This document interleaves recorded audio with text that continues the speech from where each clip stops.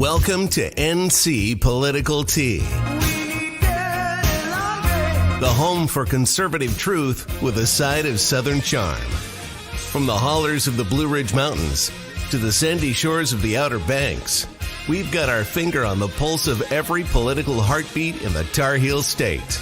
So grab a sweet tea, kick back, and let's dive deep into the 2024 election madness. All right. Well, welcome to the show, Bryan from Gays Against Groomers, North Carolina. Bryan, how are you? I'm doing great. How are you, Sloan? Good. And as always, it's wonderful to see you, my friend. Wonderful to see you as well. Wish we could meet on pleasanter circumstances, but well, you know, we're activists, and so as you're well aware, when you get us to the scene, stuff's about to go down. Yeah. In fact, you have been over the years one of the most capable activists we have for this cause, for sure. But before we get into your intro, you and I became quite active this weekend or last weekend when this was the scene at the North Carolina Democrat Party HQ this weekend. And, it's just remarkable that any party or any big organization, obviously, when you're going to have this represent you, you're going to have to take the criticism. And we were blocked for asking questions, right? I just asked, Gays Against Groomers, North Carolina just asked, would there be minor children at this event? Instant block. And then we made a post about it or tweet about it. And anyone else who came on asking about and children at this event, they were instantly blocked. And that gave us our clue right there. And, what makes me mad the most is that they think those pictures, that's a representation of the LGBT community. It was disgusting. It was a shame, Yeah, these drag shows have caricaturized gay people, and there's a huge price to be paid. I mean, the opinion of gay marriage in this country is starting to slip, and that's a byproduct of what people say. This is an agenda being, again, caricaturized and pushed down their throat. Now, tell us about Gays Against Groomers and what your organization does. We stand against the sexualization and indoctrination of children under the guise of acceptance of LGBT people. We protest drag queen story hours, drag shows for children. We've been very active with that in the local area around Charlotte. We understand that this has given all gay people a bad name just for a few people. And we have to be out there to show that stand against the people who are trying to groom these children. That's foremost. And then second, to let them know that not all gay people stand or contribute to this disgusting behavior. No, certainly not. Look, my in-laws live in Key West. I've been to my fair share of drag shows. I think they're fantastic. But again, their share too. Yeah. I mean, I have no problem with it at all. And as a matter of fact, in Key West, until recently, these shows didn't take place until 9 p.m. Why is that? Well, because families are walking around. Yes, people are drinking. Yeah. And early for Charlotte. It's usually around 11 o'clock is when it would start. I'm friends currently with a former Miss Gay America, 2 Miss Gay North Carolinas. I have no problem with drag shows. Drag shows are exactly what they have been throughout time, have been for adult entertainment. And now for some reason they're marketing these things toward children. Why? I have no clue. I mean, they know they're going to get the pushback. But it seems like they thrive off that. And they thrive off the children being in the audience. You can see that from the posts and tweets that these people make about how proud they are. I don't know if you saw the video on Twitter of a guy from Gays Against Groomers. I believe it was Harlow. I can't remember. had called to a library that was having a drag queen I story out. did. They were just ecstatic that there I were a did. van-load of children that were getting ready to come in and participate into this. So And, let's put that interview up right now, okay. and then I'll cut it. Sorry, I forgot the name. Right. No, that's okay. I'm going to cut it and then come Okay. back. And so now we're going to reflect. Ready? 3, 2, 1. Okay. So that's hilarious. I mean, this woman is offended to be called a man. So that says quite a lot right there. Exactly. Yeah. And it's illustrative of the actual problem, which is this stuff is on its face ridiculous. Look, by and large, I don't care who you are, what your sexuality is. People want to be left alone. They want their government to keep them safe, which is a primary function of government. And they want to keep more money, period. I don't care who you are. Right. And, unfortunately, a lot of this stuff has become political. It's not political at all, which you and I were talking about. It's really, a lot of this it should be common sense, right? The people who try to make standing against grooming children political are the people that Gays Against Groomers stand against. These are the groomers. They're either groomers or enablers of groomers. Yes. And most of the time, almost all of them are not gay. Behind the scenes, these are folks that are far left. So this is just, I wanted to get your take on this. A bill that's passed the House of Massachusetts, now it's waiting to pass the Senate, removes the word father on the birth certificate. Man, woman, mother, that's all being taken out and being replaced now with the word person. No, I'm totally against that. I believe in two sex. I think the organization believes in two sexes. We believe that no child is born in the wrong body.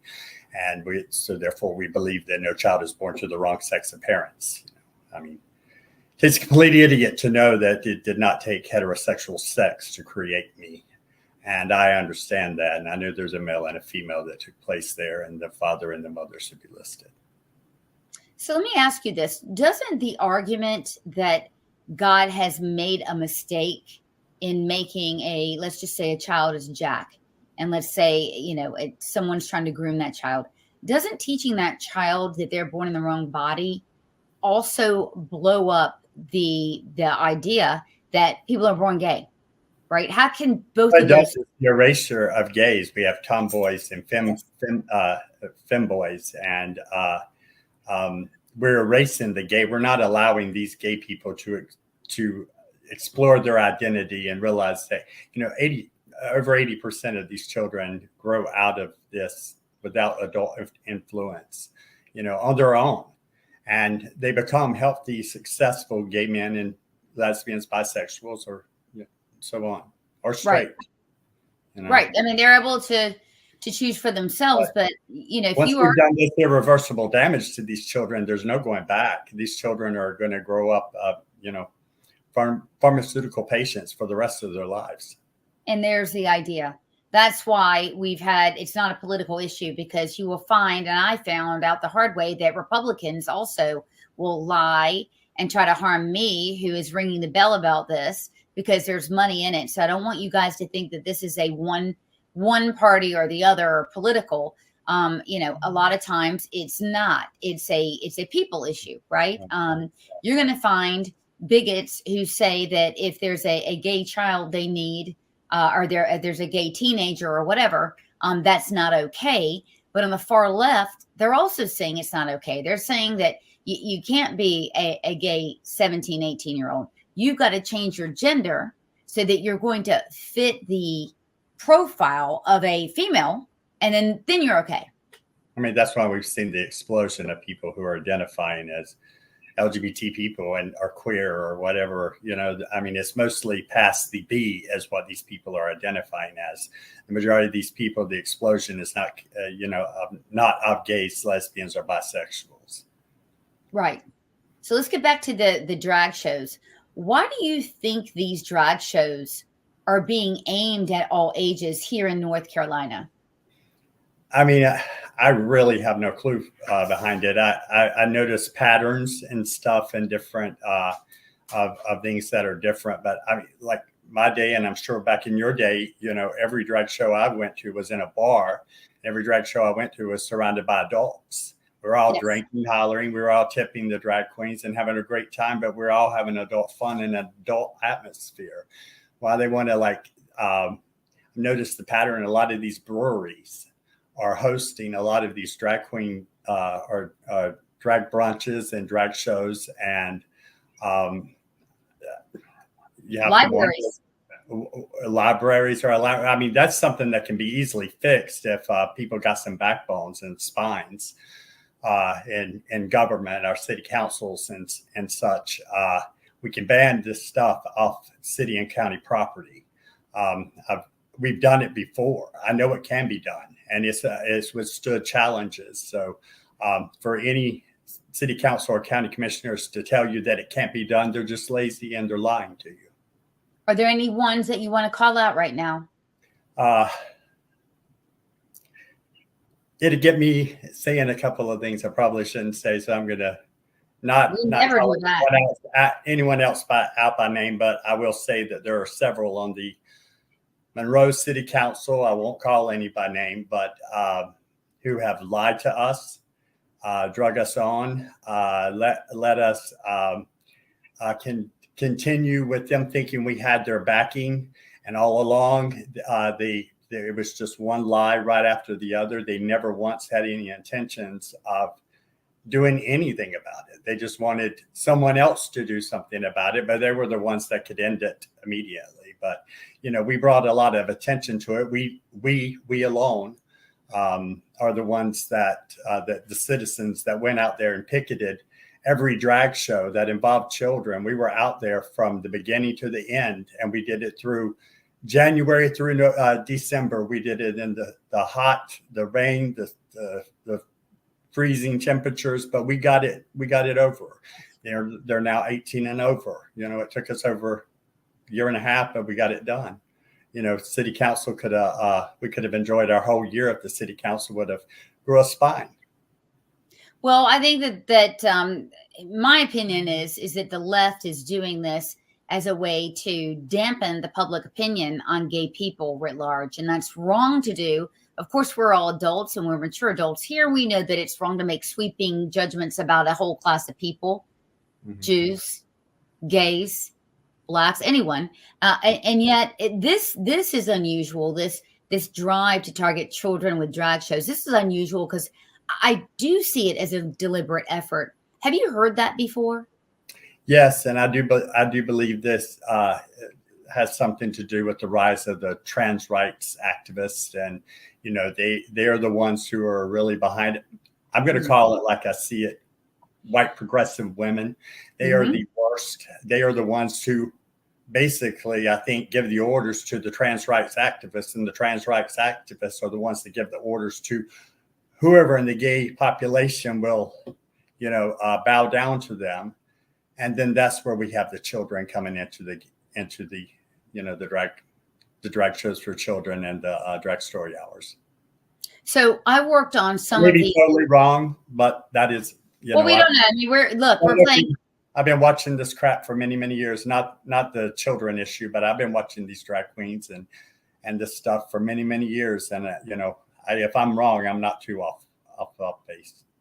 Look, The Birdcage is one of my favorite movies, and even in the movie, the way it's depicted is both of these fathers were very protective over their son, right? And that's just that's a natural instinct. And it's funny because if you took those drag queens and you brought them out now and you brought them out, they would probably eject as well. I mean, just look at what the three they had at the North Carolina Democrat headquarters. I mean, they're not even trying to look like women. They're not even trying. Well, the only one that looked like a woman was the one that had on panties and chaps, and the other one was white face and a beard, and the other one was a 6'5", 300-pound man, and a bearded man in a peacock outfit. There was nothing about drag that was being held there. It was like a mockery of gay people, and in my opinion.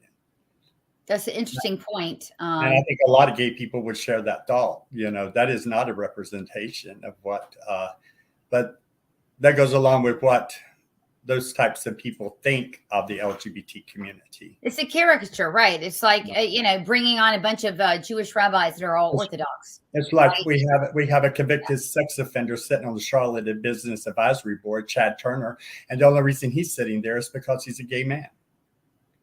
Well, DEI at its finest. Yes. It rears its head again. But, this really shows up also when the left will tell us, oh, well, children just need to be represented when we're pointing out pornographic books, gay pornographic books that are drawn, because damn well if they weren't drawn, it would really be criminal. But they point that out. And I've always said, look, you mean to tell me that, let's just say hypothetically, there is gay children and they need to see this rather than books on science and math and engineering and things like that. So it is sexualizing gay people. Mm-hmm. And that's one of our objectives. Yeah. Yeah. I mean, it's my opinion, it's done more harm. Within the past 10 years have done more harm than taken away so much of what the past 50 years has achieved for us. It's a slap in the face to the older gay people who actually marched when, we were being thrown out of homes, when we were being fired, and when we were being beaten, when we were being killed. That was true gay life back then. And that's why we marched for our rights. And now today it's just a total joke. Right. I'm reading that most of the women who identify as queer are heterosexual. Yeah, they are. There's no doubt in my mind. I walk around Charlotte Gay Pride, and that's my observation. I see a bunch of straight women just being as disgusting as they possibly could be. That's very strange. So what's also very strange is Queers for Palestine. Yeah. How about Palestine for Queers? Is it Palestine for Queers? That's all I've got to say. Palestine for Queers. Yeah, I don't think you're ever going to see Palestine for Queers. Let me tell you that. You're never going to see. Palestine for Queers is us being thrown off buildings, burned alive. That's absolutely. For queers, and I will never stand for them. And any gay person who is here in the United States that stands for them has been groomed, has been brainwashed.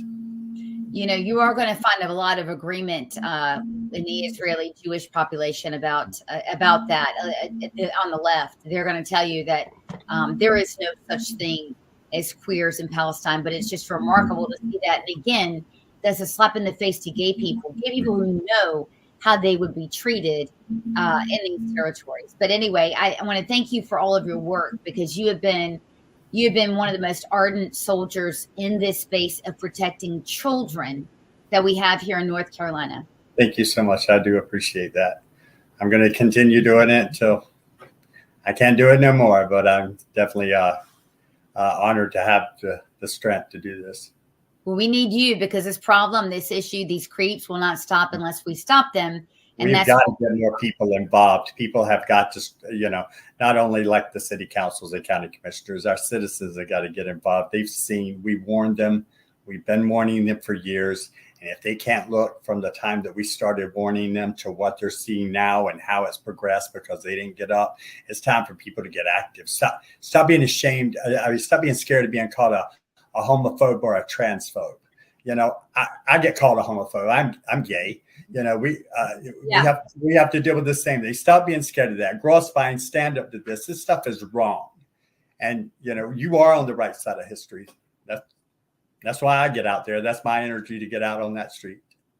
So how do people find out who you are and where to find you and where to get involved with these counter demonstrations? Well, we definitely need more people active in North Carolina.